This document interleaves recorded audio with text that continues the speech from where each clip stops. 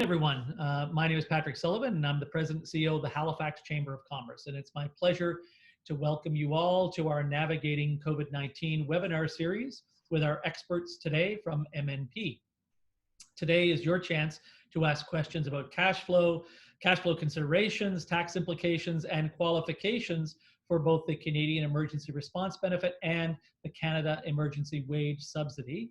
And perhaps, I think, the Canadian Emergency business account as well. The federal government announced updates to the CERB yesterday and announced updates to the CEBA, or Canadian Emergency Business Account, today. So we'll be talking a little bit about that. The wage subsidy has also seen some changes over the last little while. So I'm looking forward to hearing from Robert and Sean on all of those changes.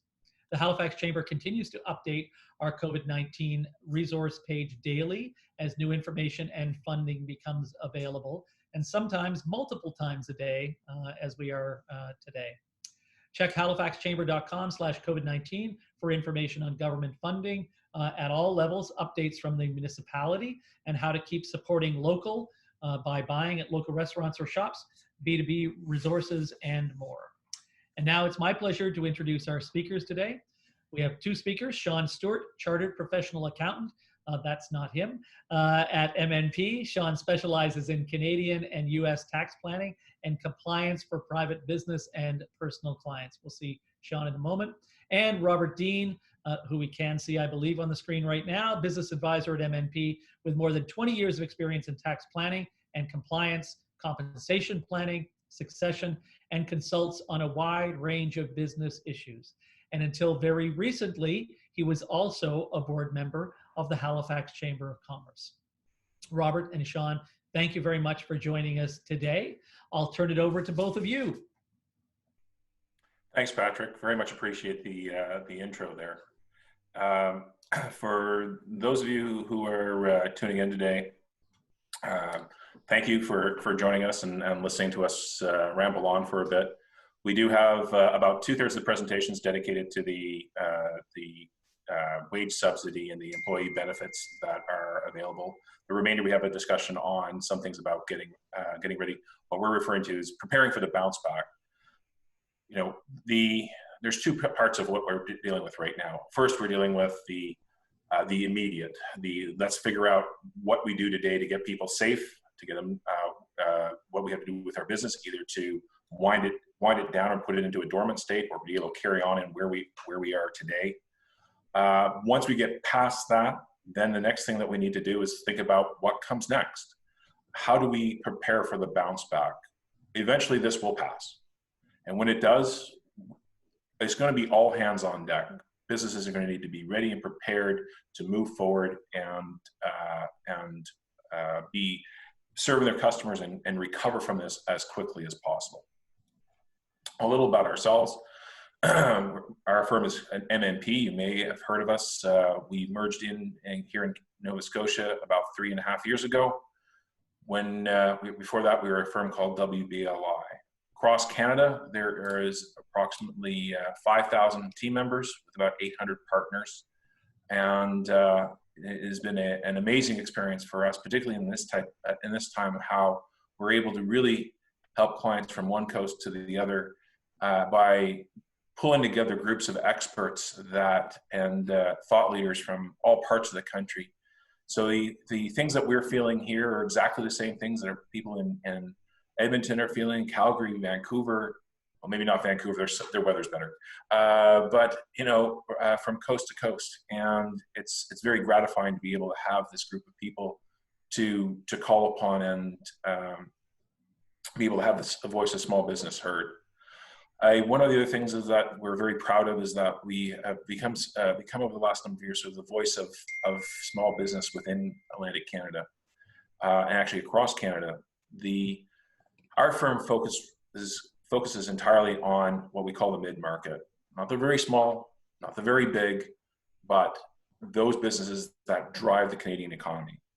Over the last number of years, we've been very fortunate to gain the ears of several people, either in CRA, at the Senate, and within Parliament, and have worked with them in a collaborative relationship so that we're able to consult with them and have them hear what are the concerns of small businesses and medium-sized businesses right across Canada.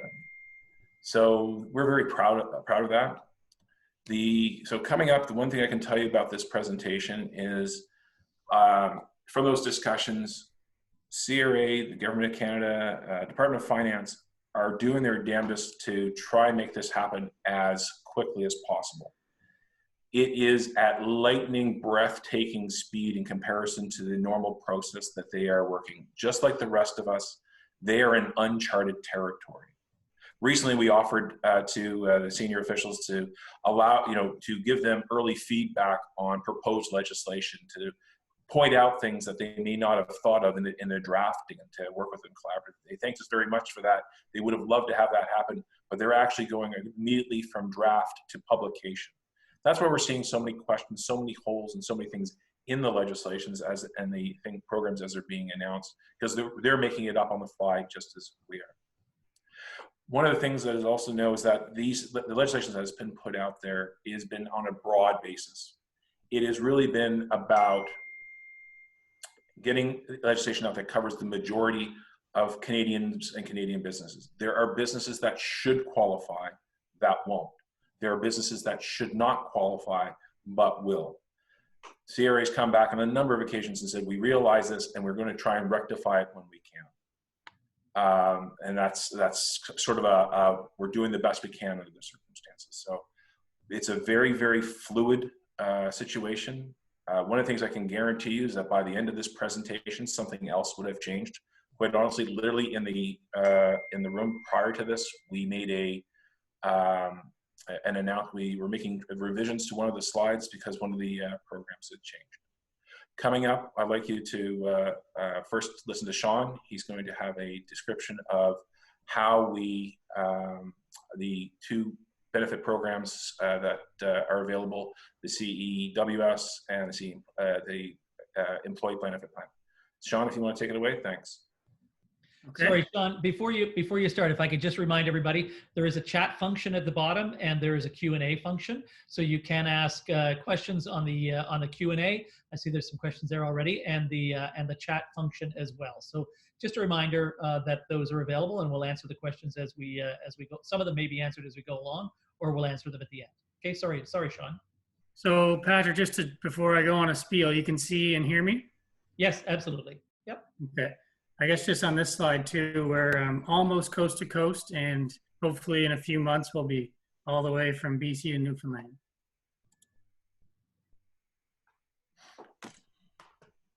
So here's the agenda today. I'm going to talk about the Canadian Emergency Response Benefit and the Canada Emergency Wage Subsidy. So now that I've said them out, the full names of them, I can use the acronyms as I love to do. And then Rob is going to get into business planning and tax planning. So there's a disclaimer with this slide that it pretty much just says everything's a moving target, and what is in these slides today may change tomorrow or even while we're speaking. And that's kind of what this says as well.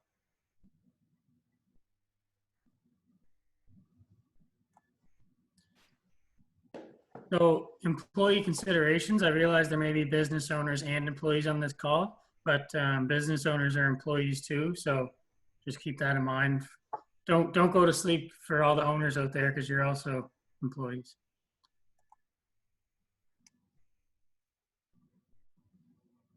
So depending on the industry, layoffs may be inevitable during this time. If there's a shutdown, for example, like in the dental industry, or businesses that are significantly impacted by COVID due to a decrease in cash flow, it is important to keep the lines of communication open with staff while they're laid off, if that is the route you go. Keep the sense of team alive, and that this is temporary. The clients and customers are going to be there after this, so you want to keep the glue together.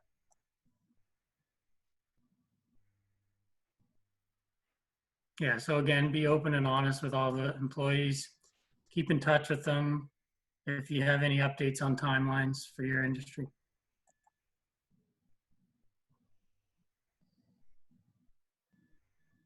So yeah, this is just saying how we're going to get into the different options. Some folks may be inclined to continue paying employees if they can still bring value while the business is closed. I will go through all the programs. And again, that example of the dental office, it may not make sense to keep staff on there if there's really no revenue coming in, minimal for them to do, and the government's not necessarily completely funding payroll. There's still going to be some that the owner has to pay for, and if that's just not feasible, then layoffs have to happen. And then when to bring back, depending on prep work needed before you can see customers again, it may make sense to bring people back a little bit before you expect customers to be coming in the door.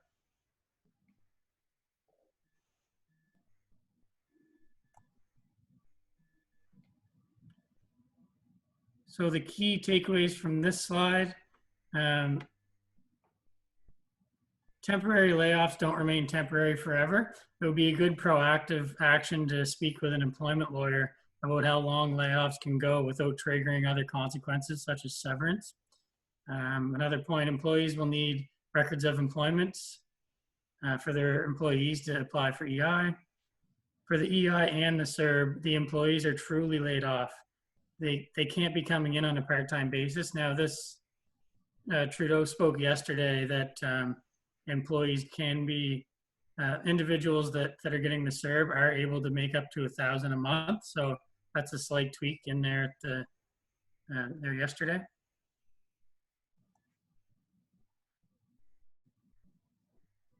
And don't forget about EI. For employees that may qualify and can get the max EI, the benefits there can be a little bit more than the CERB. So don't forget about that. And this is possibly the busiest time for Service Canada. The online applications have been working well. And there's been backdated benefits paid I've seen in the media. So I guess just bear with them.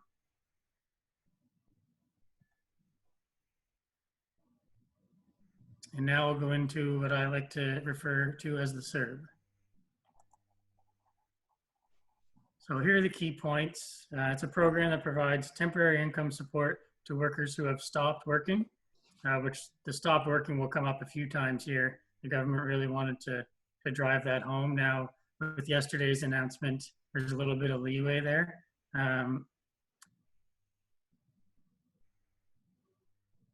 So the period is March 15th, backdated until October 3rd. The max benefits per person is $8,000. So note that people are going to be rushing to get these benefits, but you don't have to qualify right away to get to max out on the 8,000. It may be that you're still able to work or you're still on EI right now, but then that may run out like on a mat leave and you were scheduled to go back to work, but your business is closed. So then you could flow into the CERB program after that. So applying, it's for this program, it's now open. As a lot of you have probably seen, the payments are coming through. The fastest way is to apply online. But if that's not an option for folks, then there's a phone number here. So who is eligible? Canadian residents with a valid social insurance number, at least 15 years old. And then there's the $5,000 threshold of employment or EI from your 2019 tax return or the 12 months back from when you applied. So this program runs until October 3rd, 2020. So if you didn't have anything on for employment in your 2019 year, you still might have had some in, say, January, February, March. So just note that. Don't give up if just looking back at your 2019 tax return. And then another thing added in at the 11th hour was that non-eligible dividends are qualifying as part of this. They originally weren't going to. And again, the stopped working is a big part of this. And then breaking yesterday, there's that $1,000 exception for those doing odd jobs and the like.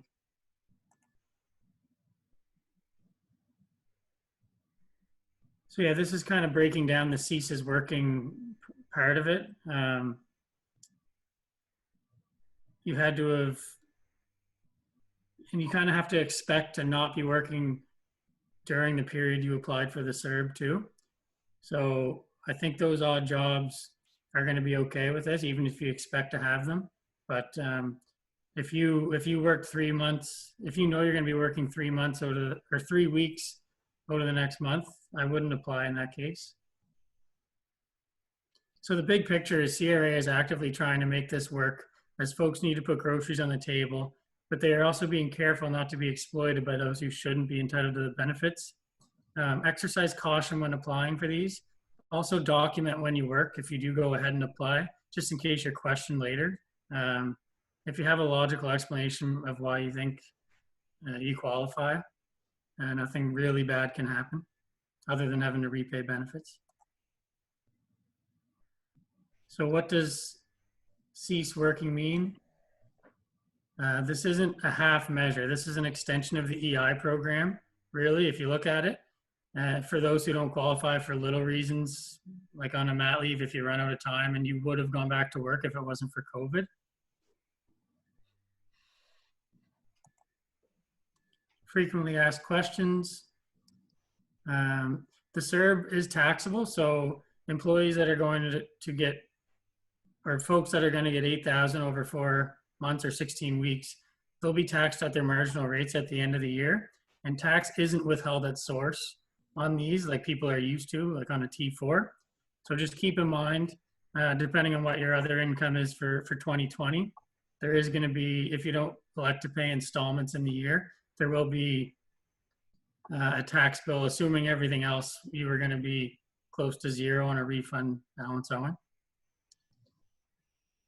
So can you have other income? Yes, you can have investment income while you're getting the CERB, just not over $1,000 a month of employment or EI benefits. People can't collect EI at the same time as the CERB, but like I said, if the EI runs out, they can move on to the CERB if they can't go back to work. So if I could just interject for a moment there, Sean, one of the things that is important to realize is this is emergency benefit. This is for a critical situation and trying to make sure that we get people secure enough for the time the economy is shut down. There is a lot of penalties and a lot of things built into this that if people try to make it into something that it isn't intended to be, that they will get thumped. There is two aspects to this program. There's the I've closed my business, and these are benefits for the employees that are there that have been laid off. And there's this program, which is I'm continuing my business. I have laid off some people, I've pared down, but I'm going to continue going forward with my business. And this is the second program here, the Canadian Emergency Wage Subsidy, is really about keeping the business going and keeping some of the employees engaged with the business during the reduced period. And another acronym here, the CEWS, as I'll call it, refer to it as Canadian Emergency Wage Subsidy.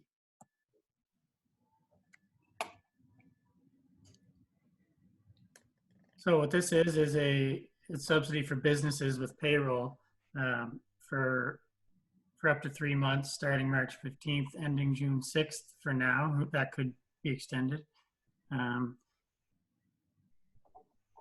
Applies at a rate of 75% on the first $58,700 of salary, representing a max benefit of subsidy for the business of $847 a week. So if employers qualify, CEWS can be more beneficial to employees than the CERB, as their compensation can remain the same or close to it, which is more than the $500 a week on the CERB. However, if the business is fully shut down and there's no revenue, the CEWS is costing the employer 25% of payroll, assuming wages aren't cut down. There is a way to potentially for an employee if you cut their wages down to 75% to not have anything out of pocket, but that can be dicey, manipulating wages during this time. Again, that can impact severance, and strategies like that are just exactly what the government is not going to be happy with. So yeah, if the employees are adding value during this time, laying them off and having them apply for the CERB may be the only viable option.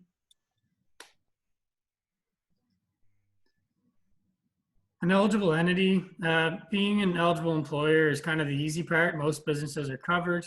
As you can see the list here.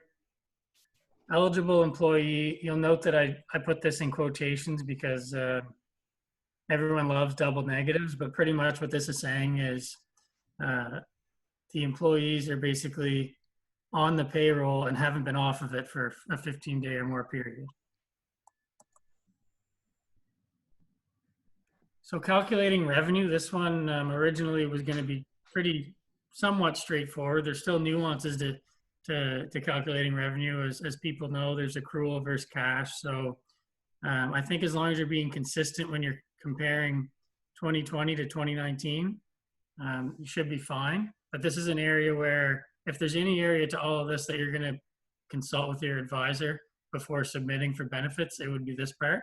So the basics are that there's options now. So the March calculation now is it only has to be a 15% decrease from March 2020 compared to either March 2019 or the average for January, February 2020. So if you try March 2020 versus March 2019 first and you don't get in, but you're somewhat close, and even if you're not, I would still look to the other calculation by comparing to the January, February 2020 average. And that's for the first period. I'm just going to go to the next one just to show what the periods are quickly. There's 3 periods here, and they're each about a month long. So the first one's back to March 15th up until April 11th, and the further period. So to get into the first period, that's the calculation I just said. And then if you get into the first one, you're fortunate enough to just be into the second one as well. And the second one is calculated as a 30% decrease for April 2020 compared to either April 2019 or the January, February 2020 average. So whatever you decided to do for period 1, you have to do the same calculation for period 2. You can't flip-flop between the prior year and then go to January, February average for the current year just because it's convenient. So yeah, again, if you're into 1, you're into 2 as well. But if you weren't into 1, you have to calculate 2. And then for 3 is the same kind of thing, but it's May versus May, or May versus January, February 2020 average. You had to have met 2 to get into 3. And if you didn't get into 1 or 2, then you have to do the May calculation. So hopefully I didn't confuse you too much there.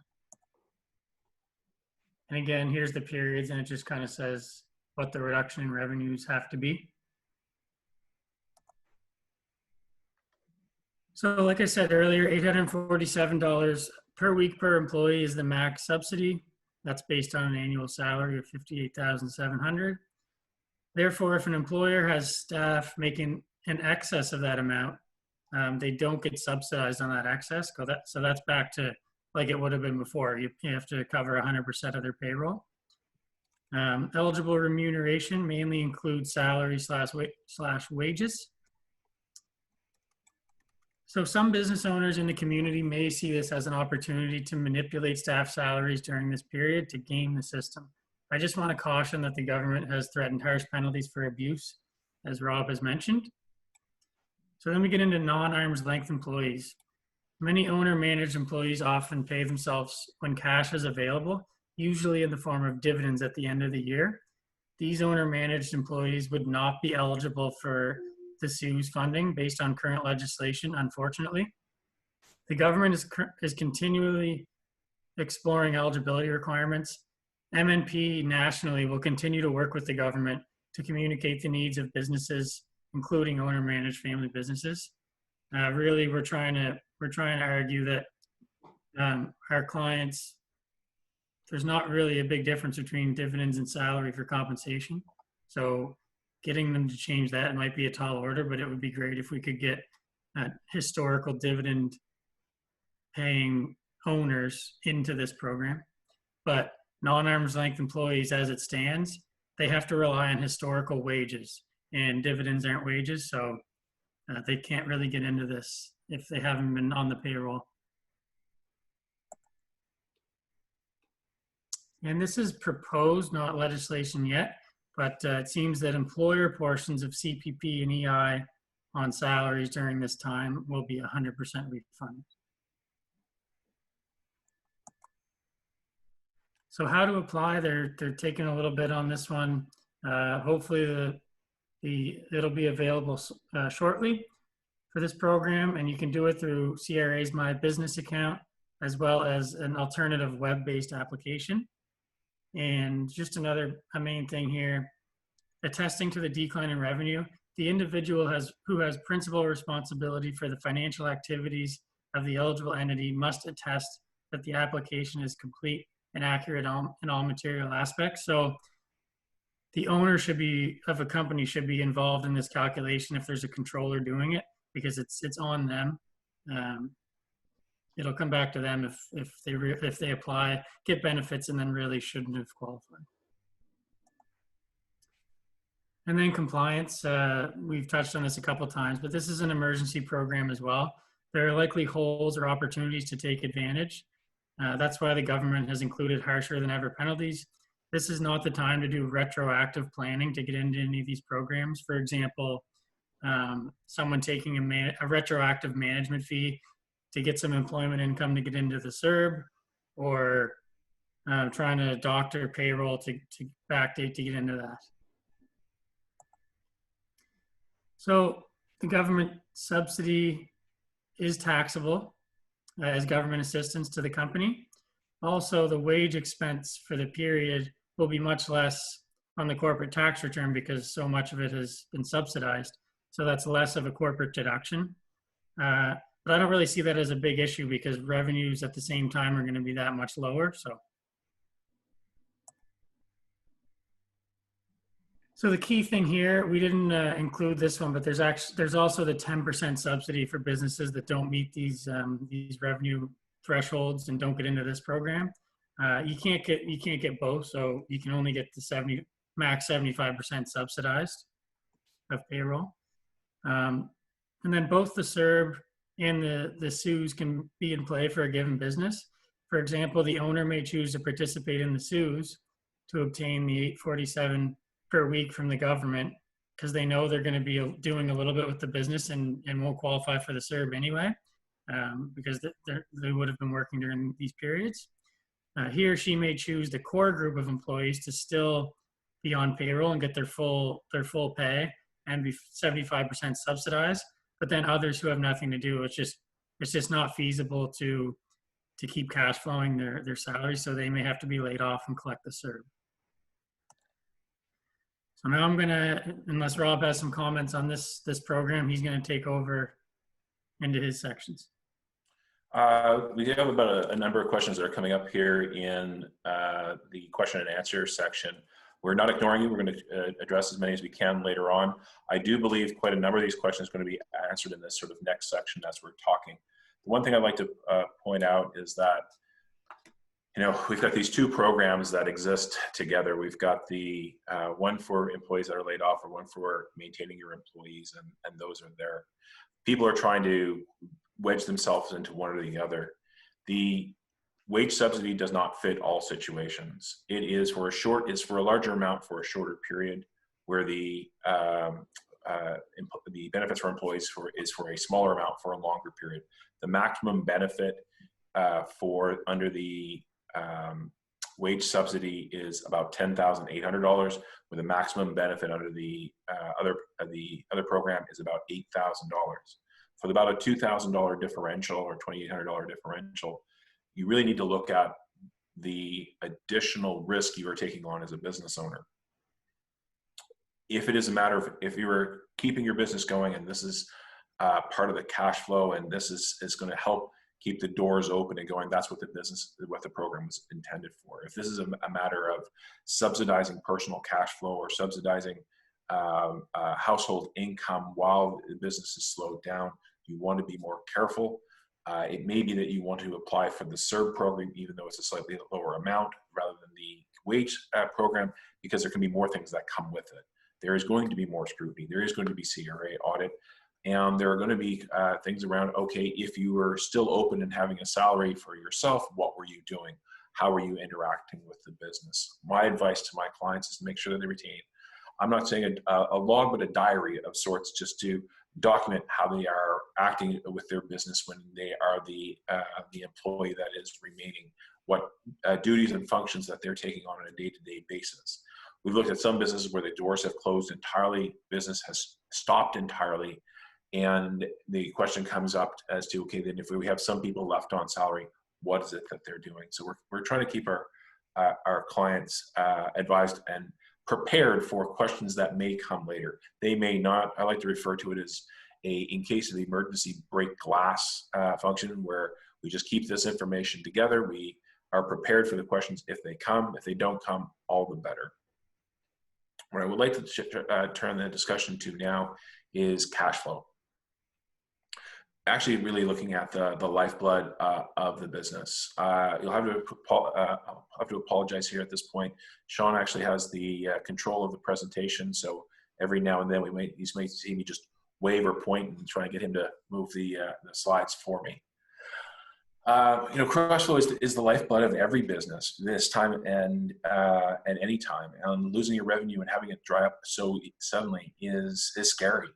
What we're really looking at now is making sure that now that we've got our employees safe and ourselves safe, the business into an idle or shutdown period, that we are really looking at both our fixed and variable costs, looking at what resources that we have with us to carry us through. We have our own resources to call upon, either savings within our businesses, personal savings, and or whether or not we want to go into lines of credit or mortgage, put things into the business or take on additional debt, either personally or within the business. These are all very big business questions that as owners you have to ask yourselves. Does this make sense? Does it make sense to take out a large line of credit, put it into the business if the business is going to take several years to recover? What is it? Where am I? You want to spend time with your business and professional advisors looking hard at what it is that you're going to do and what this looks like from a revenue and cash recovery perspective afterwards. Those businesses who can adapt quickly, who can adjust or retool their businesses to work in what is going to become the new normal, will be the ones that prosper and come through this the strongest. Those are the ones that take time, that are unable to do that, will not be recovering from this. This is an immense part of our economy, our business, and it'll test ourselves and the business community.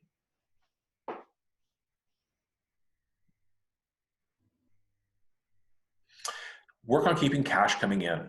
Some people can work remotely. We can have telemedicine and or patient consults in the medical fields, professional publications, writings and doing presentations, doing online webinars for others, consulting for other providers.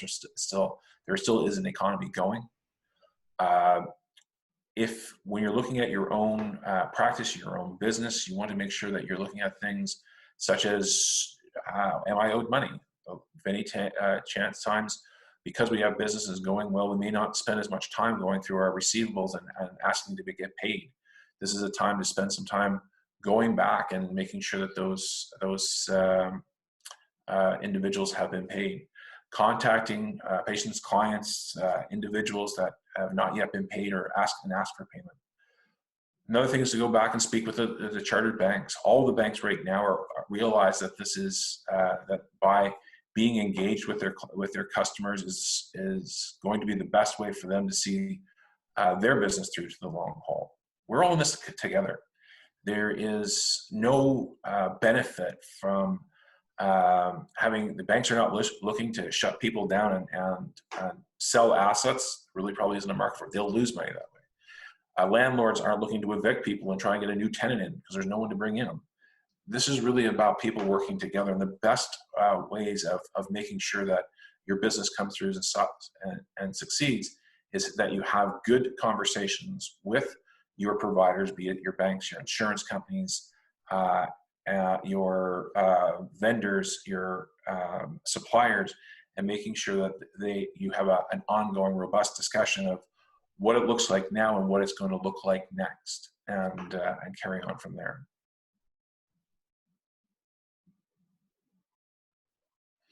You want to look at what your fixed and your variable costs are. A lot of your variable costs will be dramatically reduced, which will certainly ease on cash flow. But the other costs you also want to have a look at is those are fixed. Speak with your landlord. Although many landlords didn't participate in the deferral, the government-sponsored deferral program, all the landlord clients that I've spoken to are open and talking to their tenants about how they can work together so that each party's needs are met. Landlords still have mortgage payments and property tax payments and so forth. They're working with their suppliers to try and ease cash flow as long as they can, but there is still some requirements that are there. Everyone should be sort of working together to see how they can get to where they need to be. This is also what you really want to do is have a look at some of your leases and some of your other costs to make sure that they are still valid. We see many times when we bring on new clients that they have old leases that they continue to pay on, but the lease agreement has been up for years, that the payments have just been automatic, they continue to be paid, but the actual obligations of the lease have been done.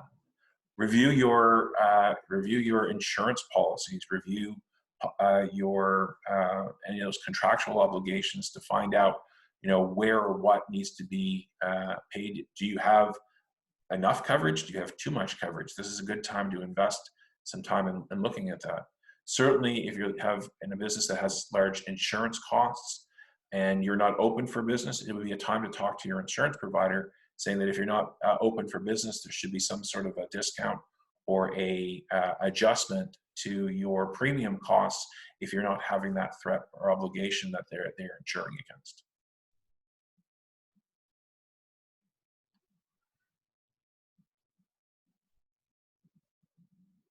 One of the things that we are trying to make sure that people look at, we want our businesses owners to start looking at their business now and doing, I'll say, virtual walkthroughs of their business of what is it going to be like to interact with customers. How is your customer interaction going to have to change coming out of the state of emergency and so forth. Your customers are going to demand a different method of interacting with your business and your staff on a go-forward basis. Not just I would say for the rest of the month or the rest of the summer, but I would say for years to come. Those people who are able to create those experiences and those environments in which customers are comfortable working with with you are going to be the most profitable. It is also a time to look at what retooling you need to do, or taking care of repairs and maintenance, or any other things that would have you in the best and most ready position to have all hands on deck and when go day comes. There may be, as contrary as it may seem, this may be a time to look at replacing some equipment that may be getting old and needed to be upgraded. It may be time to look at doing some of the repairs on equipment. You have this downtime, make the best use of it you can, so that again, when you go back to business, you can focus 100% of your time on the business itself. Along with that, we're actually suggesting that you also take now time to get all that bookkeeping and old filing and stuff that you've had taken care of. Get it updated. Even if the filing deadlines have been delayed for you, I wouldn't look at delaying getting your tax returns and stuff prepared mostly from the point of you need to know if it's in a refund position, get it filed now so you can get that cash back into your business. If it is in an owing position, you can factor it into your cash flow and your planning so that it doesn't come as a surprise or as a potentially crippling bill in the future. It is a great time to invest in training and other things where that when you come out of this, you're able to either offer new services and new products to your customer base, get into that pent-up demand and into the desire for new products. For most business owners that we deal with, your business and yourself are very closely linked. You can't really look at your business without looking at your own budgeting, your own lifestyle. Most of our businesses we deal with are owner managers, and as the business goes, so does the family. The family still needs to pay mortgage payments, have property tax paid, eat all the things that are come with life. So factor that into the cash flow that you are looking at and what your needs are going to be in the intermediate period. You know, do not make your lifestyle costs fixed because this could put the business into difficulty. There has to be a balancing between the two. Credit cards can be dangerous for extra spending, the interest rates. So any debt or anything that you're bringing on into the business or into your personal life, you need to be very, very cognizant of and careful of, and go with it, let's say, with eyes wide open, so that you are aware of what the future impact is. Don't let the immediate reaction to correcting today's problems create issues into the future. Bank loans. This is one where we have a lot. The banks are in the business of lending. There are quite a number of different lending opportunities that are out there, but you also have to be a good business and have a good business plan of how this is going to work post crisis. You know, this isn't a handout. It is a matter of sitting there and looking at how is it that that you and a lender can work together to get to a better place when this is all said and done. Right now, it is there are a number of banks are all working with their small business clients. They are deferring principal payments. Some are deferring some portions of interest. Some are giving interest relief. As I said earlier, it is really about working together with the folks that are with your service providers, banks included, as to how you come through this time now and how you be better together thereafter. The next thing slide talks about the Canadian Emergency Business Account. This actually changed yesterday. It was for payroll for organizations with payroll between 50 and $1 million. They've expanded that to reduce the lower end to 20,000 and increase the upper end to 1.5 million. Personally, I think this is one of the best options that are available to small businesses. It puts some funds into the business right now. It is a small business loan. It is non-interest bearing, and for many businesses that are able to see a recovery and cash flow coming back into 2022. As long as it's paid by the December 31st of 2022, up to $10,000 of it is waived. So $40,000 loan, as long as it's paid within 18 months, effectively, it is only $30,000 of it needs to be repaid. For many of my clients, this is one of the first things that I'm suggesting they look at if it makes sense for them and their business. Some quick other considerations, as I said, check your office insurance policy, check for your professional or business insurance policy if what is triggered there if it's closed. See if business interruption insurance applies. Check on your personal insurances, your disability, your life insurance, your critical illness insurance. See if those are up to date and in force, and review if this is a good time to review if you are overcovered or undercovered in either of those, in any of those areas. You know, looking at what you and your family want to find out if you're uninsured, if something were to happen, you know, we're going to go into a whole new era, and we want to make sure that ourselves and our families are secure going into that future together.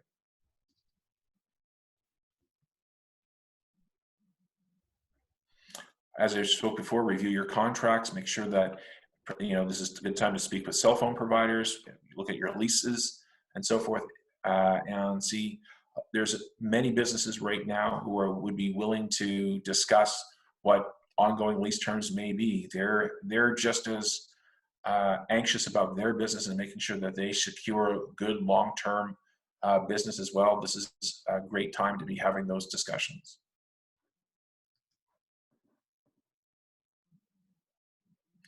I always believe that we should spend some time looking at training. You want to look at how you can increase the effectiveness of what you are offering your customers, or how you are operating within your business.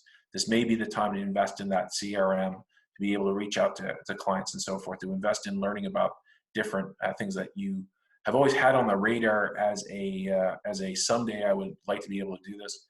You've now been given, I'll say, the gift of some time to make that investment in yourself and your business. I mentioned before, doing a customer walkthrough, making sure that you're looking at what the layout of furniture and equipment is, even just getting it decluttered and getting old filing, repairing, replacing equipment, just spending time to get it to invest on a list of things that you've meant to get to. I apologize. There's a time check, Robert. We're at about 10 minutes left. So that's right. I think I was going to say, I'm just running through these last couple of slides quite quickly. I think there's only 2 or 3 left, and then we'll move on to the questions. I want to make sure we leave enough time. I was going to leave about 10 minutes at the end for answering questions. Is that okay with you, Patrick? Yep, perfect. Okay. I also think it's really important at this time to make sure you stay connected with your customers, that this is a time to make sure that you are talking with them, communicating, letting them know where your business is, where it stands. I also believe in being open and honest with them and saying, here's where we are and here's the challenges we face and here's how we plan on coming through them better. That connectivity with customers will be what brings them back to your business when this crisis has passed. I mentioned earlier, catching up on record keeping. I think if Sean could just flip to the next couple of slides. This is the changes in all the filing deadlines. You'll notice that for the most part, everything has been moved forward a month. Your HST returns and other returns are still due, but they are making accommodations on making the payments and whether penalties. Because even though these things have been changed and moved forward, it doesn't mean that it makes sense to push filing them forward or getting them prepared as well. I would really strongly suggest that people look at where they are currently while they have time to dedicate to this, as opposed to when they're going to be back into their businesses. What I'd like to also point out for everyone is that the Chamber website is an excellent resource. I refer to it frequently and have sent it out to not only people in the Halifax area, but right across Canada as a great source of information. It's concise, click here, drop down menus that can get you to these things of deadlines. I'm going through these also quickly because every day these things change. It could be today, tomorrow, the next day. It is a very fluid environment that we're in. I also like to point out that right now, as it says, it's the deferrals and so forth relate to have specific information or specific tax that they apply to. Right now, the federal tax has been deferred, but the provincial tax has not. So if you call me and say, is my tax due? I can't give you a definitive answer. The provinces and so forth have said, well, no, we're going to follow, but they haven't put that into legislation. There's Part 1 tax, but there's also, to go tax geek from other things like Part 4 tax, which apply if you have large bills, either of provincial tax or Part 4 tax for other than what falls into the lines. It is good to address those now, because you may not want to rely on someone else coming along later and say, oh no, we meant you to, because it may or may not happen.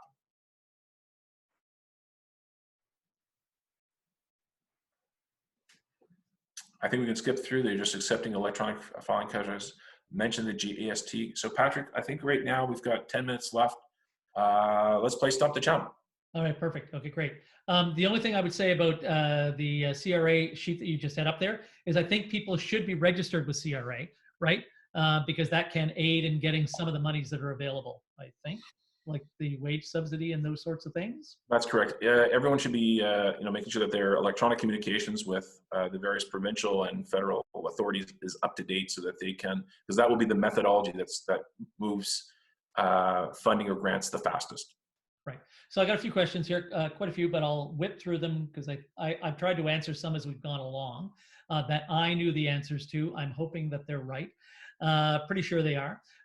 First question from Jerry White: do self-employed incorporated professionals qualify for the Canadian Emergency Business Account if they paid bonus income instead of salary income to the self-employed owner? Yes. They do. Okay, that's great. Okay. What is your best advice so as not to take on new debt and liabilities now that the current business model will not allow to be repaid or serviced in the future? Basically, loans are bad. Deferral is only good if repayment is possible. Hard to beat grants and subsidies. What grants and subsidies are you aware of? Other than the ones that are mentioned here, there are very few. Most of the granting programs and so forth have shut down outside of looking at these particular two programs, which is employee wage grants, the COVID type funding and so forth. All those programs are on an absolute hold until they figure out where they are after this is all said and done. Yeah, and I mentioned the provincial one. There is the Provincial Business Impact Grant, although it is fairly limited because it only applies to businesses that were ordered to close. But you did mention the business account, which is if you can get if you get the $40,000, $10,000 of it is forgivable, right? So that's correct. I think the answer to this is that you have to be smart about the debt you take on. It's going to be you really do need to look at it and say, how much debt does can this business take on reasonably looking into the future? You really want a good idea of a cash flow and where you're going to be over the next 6, 8, 12, 24 months to understand, does this debt make sense to my business? Yeah, perfect. From Tina: I own a small corporation and pay myself a salary, not dividends. I applied to the CERB and received one payment. I'm trying to determine if I am self-employed or not, and if I should be using the wage subsidy instead if my cash flow allows me to pay my salary. The business is an event business. All my revenues have come to a stop. I could afford the wage subsidy because I received the CEBA. You can't apply. You can't be into both programs at the same time. Sorry, she said CEBA, not CERB, right? So she got CEBA, which is yeah. So if the business is shut down and there's really no activity going on, my recommendation is to go for the CERB. Okay. All right. Okay. Great advice. I'm a company owner. I've stopped taking salary as part of managing cash flow during COVID. I continue to advise the company without compensation. Am I eligible for CERB? They've already applied. They were getting paid a salary. I would go with yes, but it's also one of those things that you want to spend time looking at why. And looking at some of the documenting around there. I would spend some time with your advisors on that one rather than just sort of making a guess at it. It's a little bit more delicate because there's a few things that are in there that can catch up. Right. Okay. I guess for the wage subsidy, if we're comparing sales, and I saw a couple of questions like this. If we're comparing sales, what if you have an exceptional sale? Or sales can vary wildly from month to month or year to year.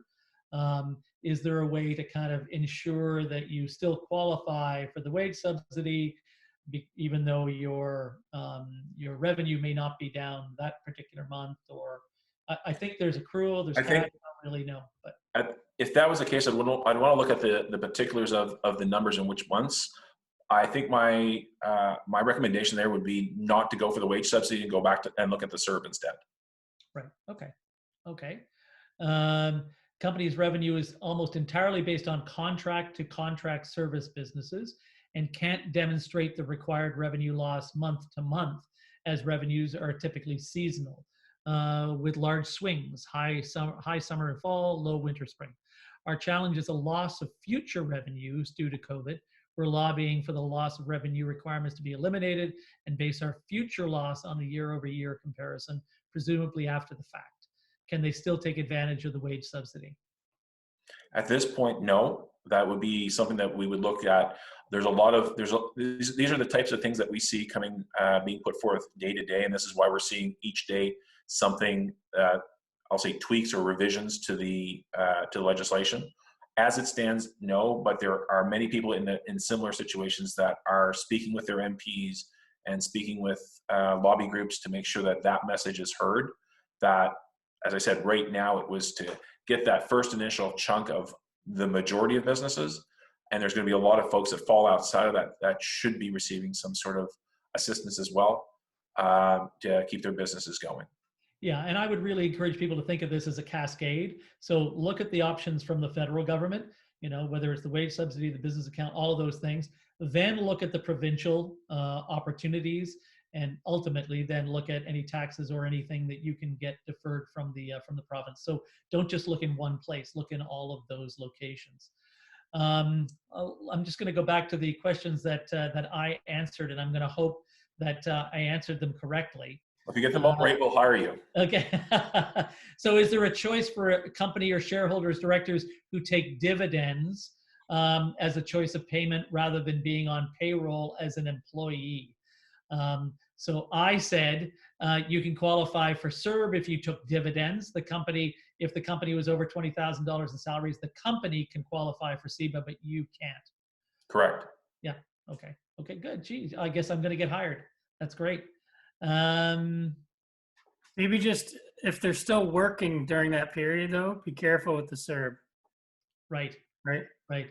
Yeah. There were some questions as well about people who have the CERB and then wanted to still pay their employees. And my comment was, well, you're worried about paying your employees. The employee has to worry about how much they're getting in addition to the CERB, right? So if somebody's getting $2,000 for the CERB, they're unemployed or laid off.